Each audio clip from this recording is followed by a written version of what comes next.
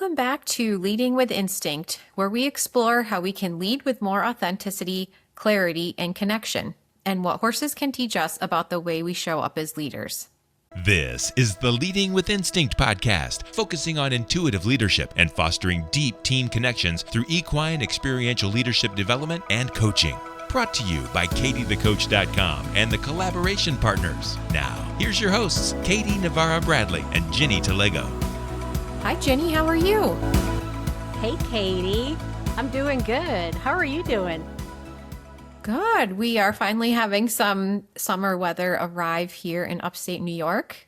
I was talking to my dad this morning. He said this is what we wait all winter for, to have 2 very nice days, and then we move into heat and humidity.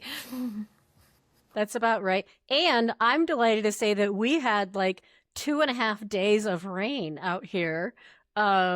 That was just like the perfect rain. You know, it wasn't heavy. It was just this really nice, steady rain. And we were so happy to get that. And my horses were so happy they got to roll. But it's not nearly like the mud they used to have in Ohio. But they did go out and roll in what they did have to roll in and had a little bit of mud on them. And so they were delighted about that. And we were very happy to get some rain. If only we could figure out how to share, because I know like Western New York and Ohio got too much and you are begging for rain. If only we could figure out how to share, we would master climate. Right. We would have so much money, Katie. We could just do whatever we wanted with our horses. Exactly. So I'm really excited for our episode today, and hopefully, you as our listeners enjoy this conversation that Ginny and I have been working through in real time, which is a little bit different than what we've shared in the past and how we observe what happens in the teams that we work with. So our conversation today was sparked by a question that I saw you post in a Facebook group for equine-assisted learning practitioners. And you were asking our peers how we can create more inclusive experiences with people with different physical abilities in the leadership and team development programs that we offer with horses. Can you tell us a little bit about that? Yeah. And just for a little context, where that came from, it's actually something I've been thinking about for a while now, because I notice in the work that I do globally with leaders from companies all over that we don't generally have a lot of people who are participating in these programs who have different types of physical limitations, perhaps. And so I've wondered about that quite a bit. And periodically I would have a client ask me, they'd say, well, what do you do if you have someone who has maybe some mobility limitations? And I have had some people who have participated in some of the community leadership programs that I've done. I've had some people who have had some mobility limitations, but they have participated at a level that they were comfortable with.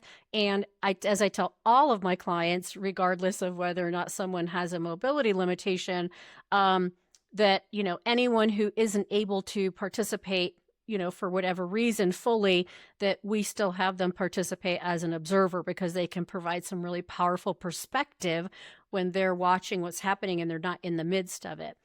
But I had a potential client out here who was talking to me about this and specifically asking me because they have a lot of veterans in one of the entrepreneur programs that they do. And they do have some folks that are in that program who have some physical limitations. They also have some people that have service dogs with them. And so they, were asking me, is this something that you can accommodate? And I said, this is a conversation I've been exploring, but I am going to go out and really try to see what are my colleagues who also do this work all over, what are they doing? And I know that programs who serve, people through therapeutic riding, this isn't a challenge for them, right? Because that's what they do and they are set up for it. They have the horses and volunteers and they have whatever setups that they need to have in order to accommodate people. But in our work of doing leadership and team development, we aren't set up for that. And I don't see a lot happening with it in conversations. And so as I started exploring it and I put this question out to our colleagues, it also started me thinking more deeply about the question. And what emerged for me was around, in leadership programs in general, right, that companies are developing their high potential leaders, we really don't see a lot of participants with different physical abilities in the room for these programs. And I thought, well, what does that say about who gets to lead? And are we always having the best people in in leadership, or to where we are developing for leadership, and who are we leaving out that we might not want to? So that was kind of where this came from. And that's a really great conversation to start as we think about how to make our programs more inclusive. And it also sets up this really interesting tension for the podcast today, because if we think about horses in the wild, a horse that cannot move quickly from danger or help the rest of the herd get out of danger, they are seen as a liability. And the rest of the herd may abandon one. If a mare has a foal that shows signs of not being able to get up and move within a very short period of time, they might leave them behind as the herd moves on. Similar to injured or sick horses, they just might not make the cut, so to speak, to keep moving when the rest of their group moves on. And it doesn't come from a place of cruelty. Horses don't think that way. It comes down to their logic to survive. It's that pure threat response, life or death. Right. Interesting. There's a local facility that I have been hosting programs at, and they welcome horses that may be injured or sick. And we'll talk a little bit more about that later, because in our work, they can actually really help us as leaders develop a lot of other skills that we're talking about. And so luckily for her, she lives in a domestic situation, and there are accommodations that can be made. But it really creates this interesting dichotomy. Most of us is working in human organizations. We're not running from predators. The only predator we have is stress that we create for ourselves. And to your point, if we're not inviting people into those rooms, what are we missing out on their talents and their thoughts that could really help us innovate farther and faster? Right. And I think that framing it in this way is really important. And something to understand about horses and herds of horses. And this is, in a lot of natural, with nature and animals. Now they will protect their young, they will, gather around their young, and even some of their older herd members, right, who may be a little bit more vulnerable. And also, though, at the end of the day, if there is a predator, if the herd needs to move quickly, they will try to get everybody to go. And if there is a horse in the herd who maybe it is a young horse, a baby horse, or an older horse who, it can't move quite as quickly, they will still try to protect those herd members while they're moving. Okay. So I want people to understand that is how it works in the wild.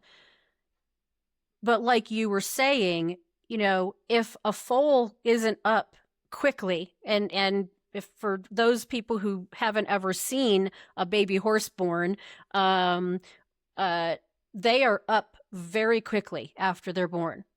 Like an hour or less. Right. To put it in perspective. And if not, then, certainly within the domestic environment, we are able to help them and get them up. And sometimes they just need a little boost to get up and then start nursing. But in the wild, that's not the case. If a baby is not up within us kind of a certain amount of time, despite the mother trying, the mother may be nipping at them, and they may be they're doing things to communicate you need to get up. And if they don't, it's very possible that if there is something that the herd has to move away from quickly, then they leave, because now that horse also is going to attract predators. So when we're looking at it through our lens, and I love, Katie, that you make this statement, right, that we aren't, as humans, having to necessarily be moving away from, we don't have to run from, physical predators necessarily and certainly in our organizations. And so as we're thinking about this, and I do want to bring us back around to some of the conversation about how, the horses sometimes that might be left behind in the herd are able to work in the work we do. I think it's important, as we're in this conversation, though, it's not a policy argument. This isn't about DEI and giving people preferential treatment. This is a reality. I was looking at some information and preparing for today, and there was one article that I read said over 70% of professionals with disabilities of some type choose not to disclose their disability at work due to fears of bias or lack of perceived organizational support. Now, that is a combination probably of maybe some physical limitations, as well as, some other, neurodiverse things that people may be experiencing, and they don't disclose it. But reality is also that that there is a high percentage still of people, even with physical disabilities, who recognize that they don't get the opportunities that a lot of other people get within their companies when it comes to leadership development. And I think we just have to be asking ourselves, why is this still the case? And what are we potentially missing out on by not bringing those folks into these opportunities? Because they may have some really, really important perspectives that can make them very good leaders. And if we're not creating the opportunity because whoever's making the decisions is making assumptions about what people are capable of and not capable of, then that's another conversation. And that was some of what came out, right, Katie, in the conversation that was in the Facebook group that I posted in. There were several people who said, don't make assumptions about what people are capable of and what they're not capable of. And I wasn't doing that, but I appreciated people bringing that to the forefront, right? And saying, if you have somebody who is potentially going to participate in a leadership or in team development experience that you're doing, talk to them ahead of time. Yes, ask them, what are you comfortable with? What do you need in order to, feel like you can participate safely? And so, just thinking about it through that lens, that's a very different lens, right? Because I could make an assumption about, oh my gosh, my program isn't accessible to people. And then I'm trying to, do somersaults, trying to figure out all the different ways that I can accommodate all the different types of situations that I might have. When in reality, maybe there just needs to be a conversation, right? Yeah. Yeah. And you make a great point about just having the conversation. I have not had a wide variety of experiences of individuals with physical differences ask to come, but I did have one probably about 2.5 years ago. And I shared this in the Facebook group, which I thought was really interesting. It was a program that I was running through a local community college. It was their continuing education program. And the person who kind of tracked registrations reached out and said, we have an interested participant who asked if seating is available, asked if their husband could participate. And then they kind of got to the point that he had an artificial leg. And would we be able to welcome him into the program? And also, how were the horses going to react? They were also considering the safety aspect. And so like the first thing I always go to is saying, of course, people can get as much from observing and contributing to conversations as being in the arena with horses. So that is always an option. I was very fortunate to have bar height stools versus regular folding chairs. And so I offered to bring those instead. And they said, no, regular folding chairs are okay. So that was their choice. And we collectively decided that they would come to the session a little bit early before other people arrived so that we could do a little introduction. It was a smaller group, so I had my personal horse there. So we let him come a little early and meet Bella and give both of them time to just evaluate the situation. And so, how did the horses react or interact, Katie? And how did that inform you in a way that you maybe weren't expecting? Yeah, so again, I was working with one of my horses who has been and seen a lot of places, but I didn't know how she was going to react. And he was specifically concerned because his artificial limb had like an articulation to it. So it would make like a hissing sound every time the knee joint moved. And he walked in. She could have cared less. She sniffed his leg once and was totally unfazed. Like she did not see him as a risk. We've talked about this in a lot of other podcasts. Horses really look for congruency before they look for anything else. And so she knew that he was showing up and being vulnerable about being unsure of where he was going to be at. And for her, that was enough. And what was really interesting was as we got into the session and went through our debriefs,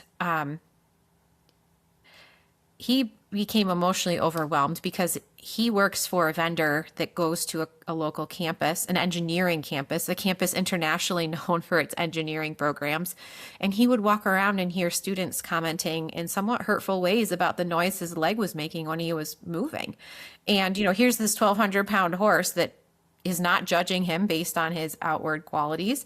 And yet these people who he thought should be interested in the mechanics of it were making judgments, comments, not really interested. And so he would actually go over to these students and he would roll up his pant leg and say, hey, of all people, you should be interested in this. And he'd give them a lesson in how the limb worked. I love it. But for him to be able to process that with the horse was incredibly powerful. And I give him a lot of credit for coming and being so vulnerable and showing up in the moment. And he and his wife, I think maybe our listeners might relate to this, but they were very into watching Heartland. And, that's where they were getting their horse knowledge from. And so he really, really wanted to be able to pick up a horse's foot. Like that was a goal because they had seen it on Heartland. And so at the end of the session, when everybody was still really comfortable with everybody, of course, Bella, knows as soon as you touch a certain spot on her leg, she's just going to pick her foot up. And so she did what he asked. And I mean, it just like made his whole day that this was the experience he got to have. Yes. And, I think the thing that really impacts me in hearing that narrative is, again, the horses don't make assumptions, right? They show up, they come to us and just ask, who are you right now? What's happening for you right now? And so in that respect, I do think that there's something that we can learn from that because unfortunately, as humans, we do make a lot of assumptions. Some of it is just the way our brains are trained to make assumptions in order to determine whether or not a situation is safe. But we also do have the ability to question our assumptions, to pause them even, and not let them be as instinctual, but think of them, okay, there's information here. I'm having an assumption. That's information. But I also have the ability to go, I'm going to just explore and see if that assumption is accurate or not. And so, from that perspective, and I guess this just came to mind actually for me in talking about that is, horses really, I guess they do make an assumption, for lack of a better word, about whether or not we are safe in there to be, whether it's safe for them to be in our space, which is why horses come over to you at the fence. They're not actually coming and asking you to pet them in the face. They're coming over to decide, are you safe, right? Are you here to harm me, or are you here to be part of the herd? So I guess you could call that they're starting out with an assumption, but very quickly they're going through a process to discern whether or not that assumption is accurate. So we have the ability to do that. The The question is, why don't we? Why don't we question our assumptions more frequently about what anybody is capable of bringing into leadership or being a productive part of the team? And I think, again, it comes back to, in this instance, how might we shift a habit that we have of assumptions and be more curious in order to discern whether or not, hey, we might be missing out on something that's really valuable to our team. Habits are so hard to break, aren't they? And as humans, we default to what's comfortable for us. Leaning into what is uncomfortable is work for all of us, regardless of where we are in our leadership journey. And even when we're doing really well, we can still be challenged. But to your point, we really can change the habits that we bring and how we invite people into the conversations and into the leadership rooms. And another thing about this work, if we kind of take this parallel to the horses, a lot of people think that when horses get to be a certain age, or if they have a certain illness or different physical ability, that's it. That's the end for them. They can't be productive in competitive settings, breeding settings, Right. whatever situation we put them in as humans. The work we do, though, is really a great place for them to come and have a second career, or just be able to engage with people in a way that meets where they are at. Right. I just recently started partnering with a facility locally, and they specialize in the mental health component of working with horses. And I'm using their herds for the leadership coaching. And all of their horses are off the track, whether it's thoroughbreds off the flat track or standard breds off the harness track. And some of that, we worked with one the other day that was 27 years old and had very bad Lyme's disease. And we allowed, because they don't split up their herds when we work with them, we allowed the horse to choose how they wanted to engage. And it's really interesting to watch that. They also have a horse that is a young foal. Right after she was born, her mom stepped on her and broke her jaw. And through surgery, they were able to fix her jaw, but it's crooked. It like overlaps. And so if you think that there's not a place for that horse, the outcome could be very different. This Right. facility learned about her. They brought her in, and she is incredibly social. She loves to interact with people, and she actually makes a really good point of conversation, especially on the mental health side, when people feel that they don't belong or that Right. they're outsiders, Right. to see this horse working within the capacity that she has. Absolutely. And I think that is a really important parallel for us to look at in this. And again, the bias and assumptions that come into play traditionally in the horse world, that, once a horse isn't able to do something that we think that is valuable, which usually involves riding and maybe involves breeding. And once they aren't able to do that for whatever reason, then we oftentimes determine that they no longer have value. They don't have anything worthy of bringing to the table. And for people in the field of equine-assisted learning and equine-assisted psychotherapy in particular, both of those things that are ground-based activities, there's usually not riding involved in those.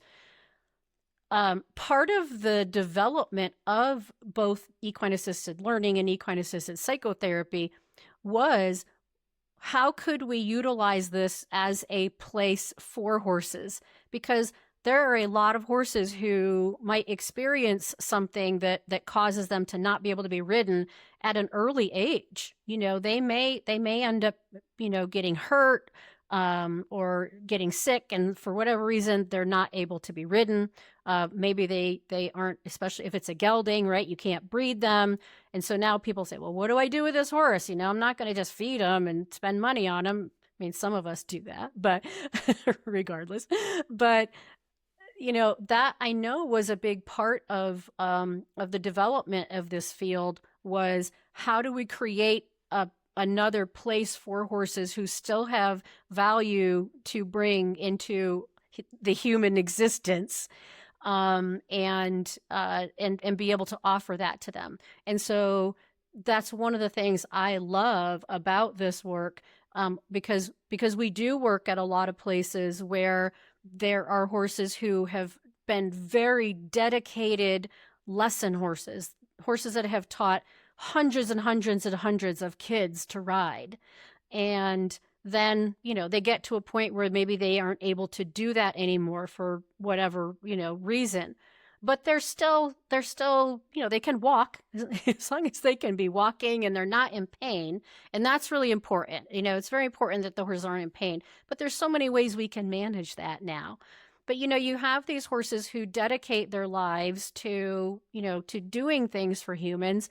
And then comes this point where they can't do that thing anymore that potentially produces money and revenue. And so now it's like, okay, well, what do we do? Well, that horse might have, even if that horse is only 20, realistically, 20 is not that old for a lot of horses. And so I think if we look at it through this lens of, especially in our field of, okay, we're doing this with the horses, we realize that a lot of the horses, maybe they have a bum knee, maybe they are a little bit slow with, when they're moving. Maybe they can't walk over a log, but they could walk over a rope that's flat, that's on the ground. There's so many different ways you can look at it. And what this has done for me, just being in the conversation when I started thinking about it, from the conversation with this client, and then in the conversations with our herd members in the equine-assisted learning group, is now it has me thinking more about how do I transfer over the way that I look at the horses, because I do that all the time, when I go places and people will say, well, such and such horse can't be ridden anymore, so we're not sure what to do with them. And I'll say, hey, they can, as long as they're not in a lot of pain and they can move around and they're comfortable, this horse might be able to continue helping people in some way, into the future. And so now it's got me thinking about, how do I shift my own perceptions around, how I look at making sure that I'm advocating for leadership programs to make sure that they're being inclusive of people who otherwise might be left out, not because of their situation, but because of the bias held by the people making the decisions. Mm-hmm. That's such an interesting point you make. And I want to go back to saying, I mentioned that one horse was sore in our session, and leaving her out alone without her buddies would have caused more stress. Right. My initial instinct was, oh my gosh, we can't use her because she's in pain and we don't want to aggravate that more. So feeling empathetic, the barn supervisor came down right away, gave her horse ibuprofen. And right from the, when I saw her right from the beginning, I knew that the solution would be, as long as she can hang out with her friends, she'll stay where she's comfortable. Well, right. The leader from the organization said, don't be surprised if she inserts herself into what you're doing. And sure enough, we were out there long enough that by the time her ibuprofen got kicked in, she was out choosing to be active. And so it even goes to the point where we're trying to be empathetic and recognizing a situation where we think another person or animal might be uncomfortable, when we need to certainly make sure it's not, a life-threatening situation, but then give them the option to participate at the level that they feel comfortable. Yes. And I love that. I mean, that to me really gets to the heart of it. And I love that example of that you allowed that horse the choice of how she wanted to partner, whether she wanted to partner in the experience, and the fact that she chose that, right? What does that tell you? it tells you that she wanted to be part of that.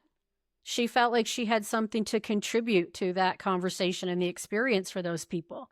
And so again, this comes back to this whole, idea of how our brain walks through these beliefs, perceptions, and assumptions, not in a way that is, that is meant to shame people. It's just something we have to be aware of because we do it all the time. Right. We Even do it when when we somebody pulls out in front of us and we make an assumption that they did it just to irritate us. And even when we're trying to come from a good place, not one of exclusion, it can Right. really, we need to be more open-minded. Yes, and so I really love that we decided to explore the conversation and that it was something in real time that we're still navigating. I know I'm still navigating it. I'm still thinking about it from the perspective of the facility that's kind of my home base here in Colorado Springs, but even thinking about when I'm traveling and going to other facilities and thinking about that of if a client were to reach out and say, we really want to do this experience with the horses, we think it's a really perfect, piece to put into our leadership program. And also, we have someone in the group who, has some type of limited mobility, or they have a service dog, or whatever one of those things is that, that they're concerned about. I want to now be able to at least be in the conversation. And now I'm thinking about it through the lens of the first thing I would say to them is, you know what, let's have a conversation with that person and find out what do they need, because we don't want them coming and we're running around doing all kinds of things, which then also makes people feel like, oh, now everybody's trying to accommodate me and now my peers are going to think that I'm getting special treatment. So I think there is an opportunity for us to just say, let's be in conversation and let's find out all the information first. Then we can make a decision on how to best move forward. Absolutely. And as we wrap up, like we always like to do in our episodes, we like to give listeners some actionable takeaways. And especially today, we want to share that we are not experts in this. We have been Definitely exploring not. this conversation. We're going to share some of the things that have emerged for us, but we also would love to hear if you have any insights that may help us as well. But one of the first things that kind of came up for us is to audit your organization's survival filters. Ask, what are the threats that our teams are responding to? Chances are we're not really running literally from predators, but look at those stressors, those pressures, and then think about how are people being excluded based on ideas of speed or stamina rather than their actual leadership capacity. Yes. And I think that leads into, how do those people who are making decisions about who gets to be in the leadership pipeline, are they looking at some of the quiet capacities that might be of value, right? How do you look for leaders who excel in being attentive? So that's something that's really important. Leaders need to be able to pay attention to what's happening for them, what's happening with their team, and what's happening in the broader environment. Leaders who are able to regulate themselves, right? This is that whole emotional intelligence conversation. And people who are really good at being in relationship. And oftentimes, those may be people that you would assume aren't leadership material, right? Right. But if you really start looking at what are the capabilities that you want your leaders to have, there may be people who have those because they've had to develop a lot of those things in order to be able to navigate through the non-disabled world, right? And because that's a very real thing for people. And so, how do we start to shift the thinking about how we're evaluating the people that we want to develop to be in leadership roles? We've said it multiple times today, but the last takeaway is that we have to move away from assumption and into intentional inquiry. And, again, to your point, we can't design this based on what we think someone can or cannot do or how they want to approach, we need to ask them. And, Mm-hmm. we've talked earlier about horses rely on their instinctual survival instincts, but we as humans have that unique capacity to pause and ask the question. So we can stop that instinctual thought process and be intentional about where we're having biased habits and how that influences true leadership. And Katie, as we're wrapping up and you were just talking about that, it makes me think about something we've talked about in other episodes. Horses are actually animals of discernment. And they do have the ability to enter into a situation. And if there isn't an imminent physical threat, they will take the time to discern how to respond, right? They will discern how to respond to a human that is coming into their space or to something happening in their environment. So that's, I think, the thing that I want to encourage people to practice. And I know I am really paying attention to it now as I'm navigating through, growing my business and thinking about, okay, for me, that discernment is the pause to be in conversation with someone and find out, we would really love to have you participate in this experience. How can we ensure that you can do that in a way that works well for you? And so that's where I'm going to kind of leave my piece of it, is in this discernment conversation. And I just want to thank everyone for joining us for this episode. I hope you found it to be interesting and insightful. And like Katie said, we would love to hear from you if this is something that you have experience in. And if the episode resonated, please share it with someone, especially if they are standing on the edge of a bold move into doing something differently. And maybe if they're doing leadership programs, expanding, and how do they figure out how to make their leadership programs more inclusive. But as always, stay grounded, stay connected, and always lead with instinct. And Katie, I look forward to our next conversation. Same here, Ginny. This has been the Leading with Instinct podcast, focusing on intuitive leadership and fostering deep team connections through equine experiential leadership development and coaching. The Leading with Instinct podcast is brought to you in partnership with the Collaboration Partners, harnessing the collective human potential in organizations since 2009, providing equine experiential learning for lasting change. Get in touch at thecollaborationpartners.com and by katiethecoach.com, helping entrepreneurs and business leaders reset, reconnect, and reframe to live their best professional and personal lives. Visit katiethecoach.com for more information. For more information about equine experiential development and coaching and the Leading with Instinct podcast, visit www.leadingwithinstinct.com. The Leading with Instinct podcast is available at leadingwithinstinct.com, on the Leading with Instinct YouTube channel, and wherever you listen to your favorite podcasts. Subscribe today, and thank you for listening to the Leading with Instinct podcast.